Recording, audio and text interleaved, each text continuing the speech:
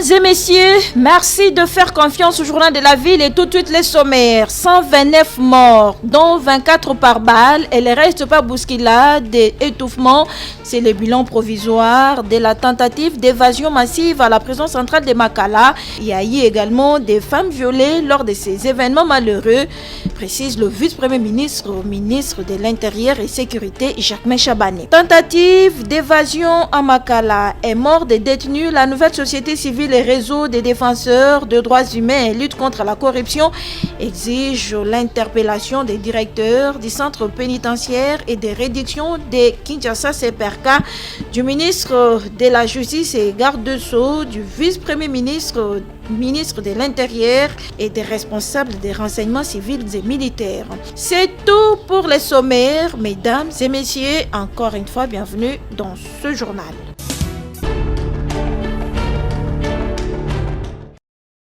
Situé à l'ouest de la place Tiananmen à Beijing, c'est ici au Grand Hall du Peuple qu'a eu lieu la rencontre entre le président Xi Jinping et son homologue congolais Félix-Antoine Tshisekedi Tshilombo.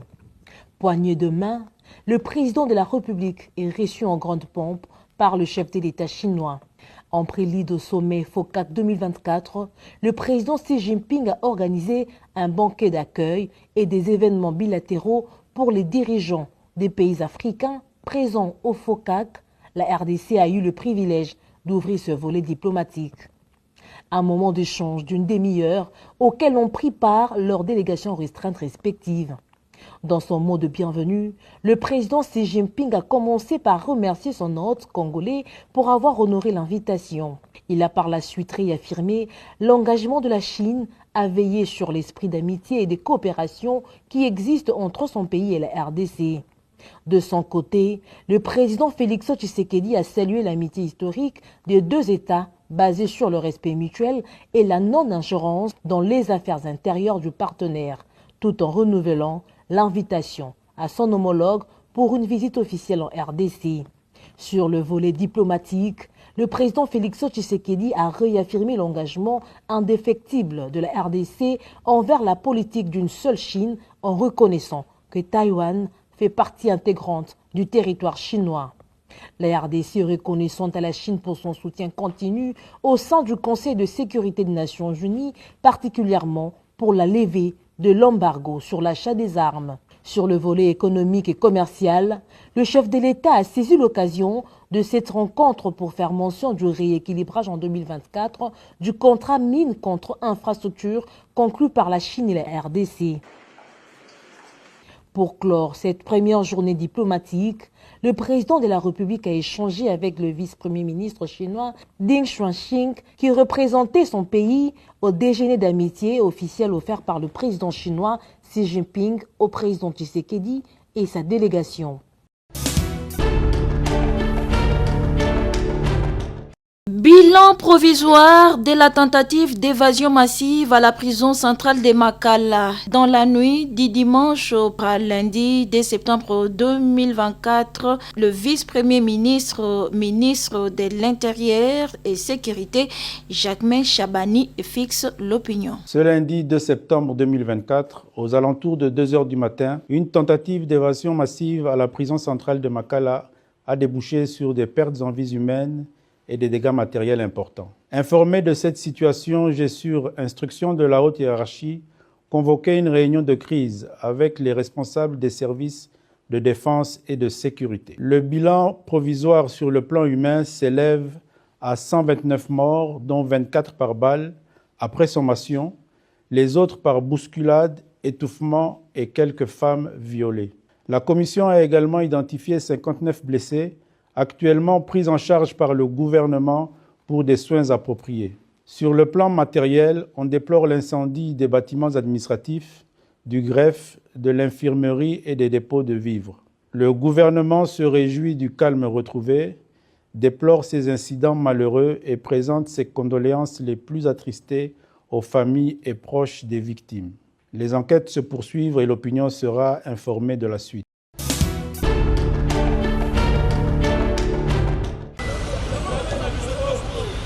Loin de son bureau climatisé, C'est vers 6 heures du matin ce lundi de septembre 2024, journée dédiée à la rentrée scolaire en République démocratique du Congo, au rond-point magasin dans la commune de Ngaliema, que le ministre provincial des Transports et Mobilité urbaine, Bob Amiso Yoka, a effectué une descente sur terrain dans le cadre de ses itinérances initiées suite à la dernière réunion tenue avec les différents services de son secteur.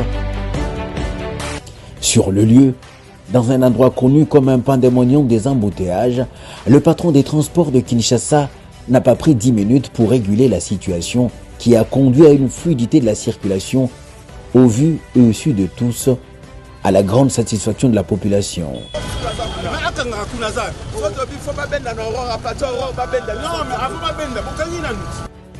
Conscient de cette tâche grandiose, le ministre Bob Amiso a rappelé ses fermes instructions telles que la sensibilisation des usagers de la route, le renforcement des agents de la division urbaine des transports et la police nationale de circulation routière. Cet infatigable homme de terrain, Bob Amiso Yoka, va poursuivre ses descentes jusqu'à ce que des solutions pareilles soient pérennes pour permettre aux Kinoises et Kinois d'évacuer librement à leurs occupations.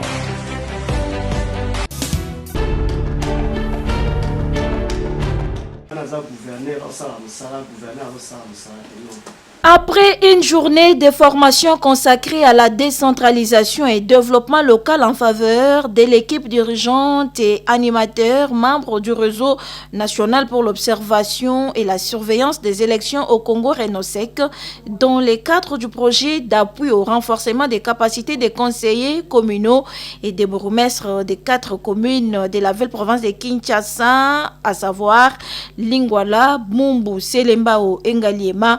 C'est lundi 2 septembre 2024, deuxième jour de cette formation, était consacré au budget participatif. Nous avons commencé cette session de formation, de renforcement des capacités, pour que l'équipe cadre puisse s'approprier d'abord de ces processus qu'on va commencer de l'accompagnement, et pour qu'on comprenne bien comment les communes fonctionnent, avec aussi le rôle des élus locaux et les bourgmestres. Voilà un peu l'esprit de cette formation de ces jours.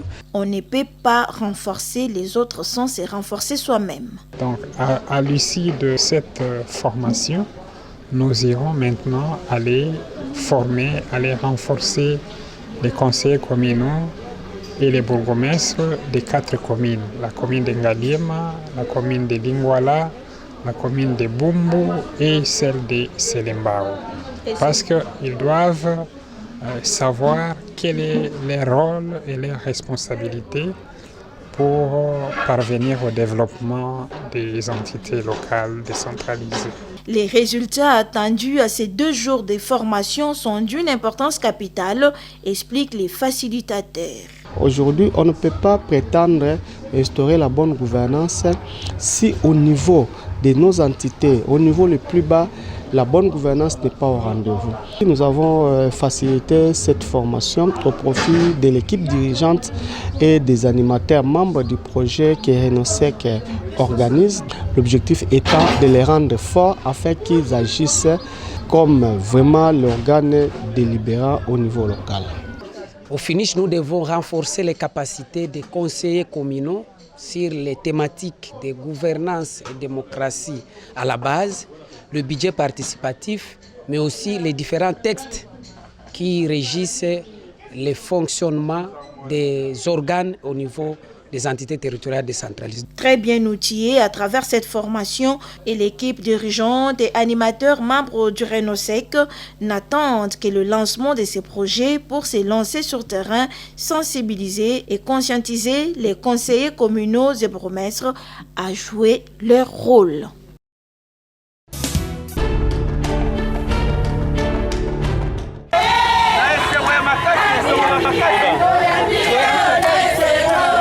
Le député proche de sa base, l'honorable Richard Monamboumou, l'élu de la Tiangou, continue sa ronde auprès de sa base afin de la proximiser dans le cadre de ses vacances parlementaires.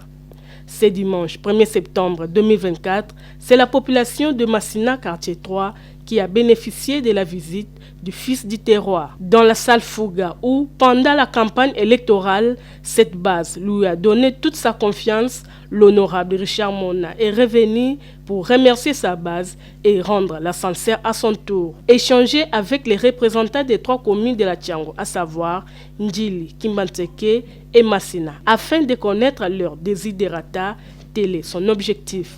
D'une oreille attentive, le député de la proximité a bien noté toutes leurs doléances et a promis de constituer un cahier de charges qu'il présentera au Parlement lors de la rentrée parlementaire. Savez-vous que nous sommes dans la période où nous, les élus du peuple, nous sommes en train de proximiser nos bases?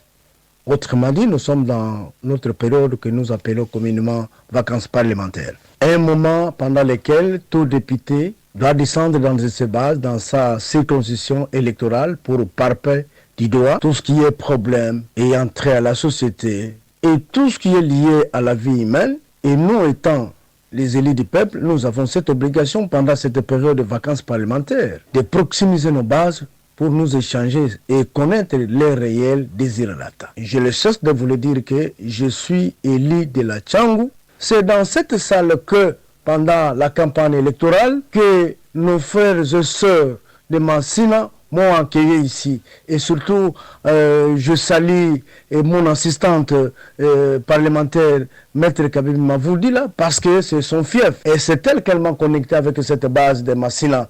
Et en passant, je la remercie. Mais au jour d'aujourd'hui, élu député, je ne pourrais que leur rendre l'ascenseur, ne rien autre les remercier par rapport à ce qu'ils ont fait de moi. Afin de remercier sa base pour la confiance placée en lui, le natif de la Tiango, l'honorable Richard Mona, a remis un lot d'épargne aux mamans présentes et des téléphones portables à tous ceux qui en avaient perdu lors de la campagne électorale, et cela à la grande satisfaction de tous.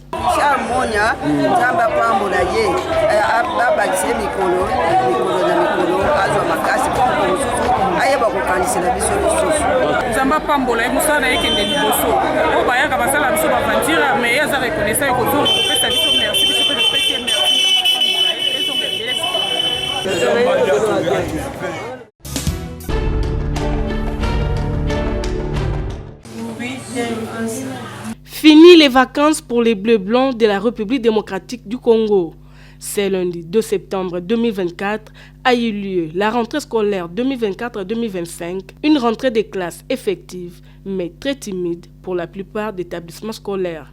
Ici, dans la commune de Kassavubu, à l'école bilingue Graceland, les élèves de toutes les classes ont répondu présentes et les cours sont directement dispensés suivant le calendrier scolaire. Bien que certains parents gardent encore les enfants à la maison pour différentes raisons, le chef de cet établissement, Jordi Dongala, confirme que les cours ont bel et bien commencé. Comme vous pouvez le voir, je crois bien que vous avez sillonné les salles de classe, vous avez trouvé que les enfants sont là.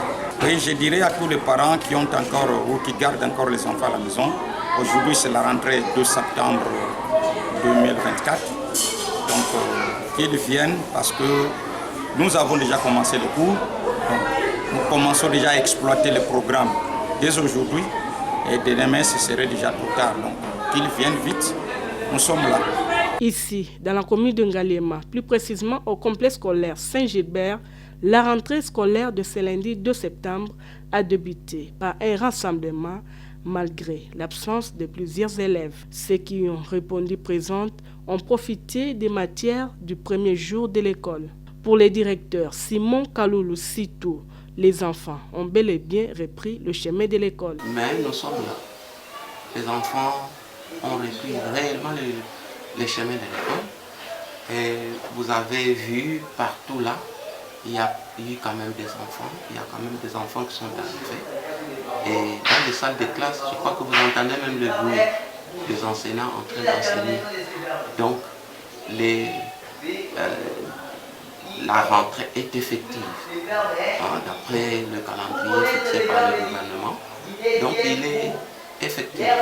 L'année scolaire 2024-2025 a bel et bien débuté ce lundi 2 septembre 2024.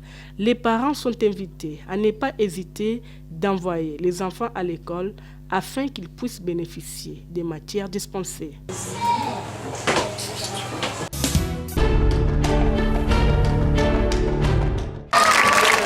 Rentrée scolaire 2024-2025, l'ONG Sauti ya Mama Mukongomani, la société Arglo Logistique et les anciens de l'Université libre des pays de Grand Lac viennent en aide aux enfants déplacés internes de la province de Maïndombe, installés à Maluku suite au phénomène du Mobondo. Ce dimanche 1er septembre 2024, la veille de la rentrée scolaire, la coordonnatrice de Sauti ya Mama Mukongomani, Nelly Mbangu Lumbulumbu et son équipe s'est rendue jusqu'à l'endroit où se trouvent ces enfants déplacés avec leurs parents pour leur redonner du sourire. Chemin faisant, l'accès n'était pas facile à cause des mauvais états de la route.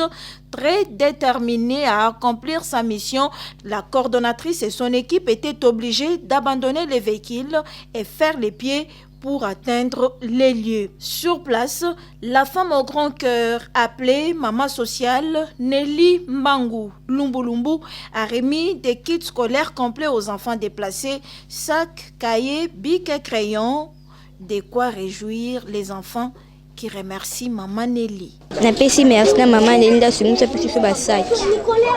Merci Maman Nelly au tenir la classe, merci. Merci Maman, merci pour continuer la classe. La coordonnatrice parle aux enfants déplacés. Il faut qu'on parle à la présidente. Et ça va aider.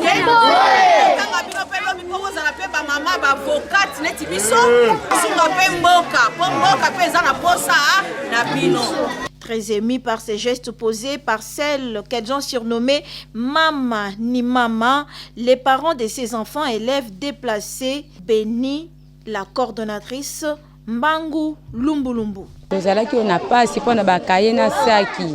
Tosenyi merci na bulam oyo sali.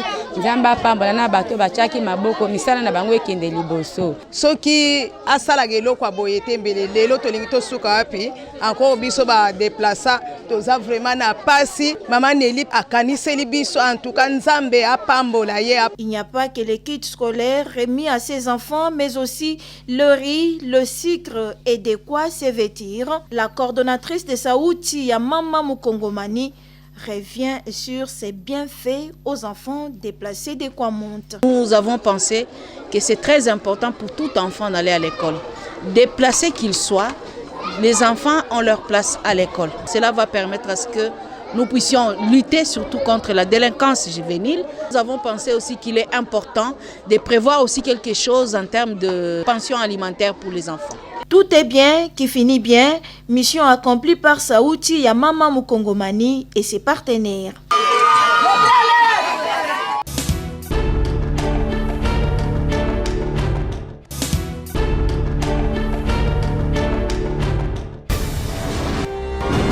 Nous sommes arrivés à la fin de ce journal de la ville, mesdames et messieurs. Merci de l'avoir suivi. Le prochain rendez-vous est pris pour ce mercredi et d'ici là, portez-vous bien.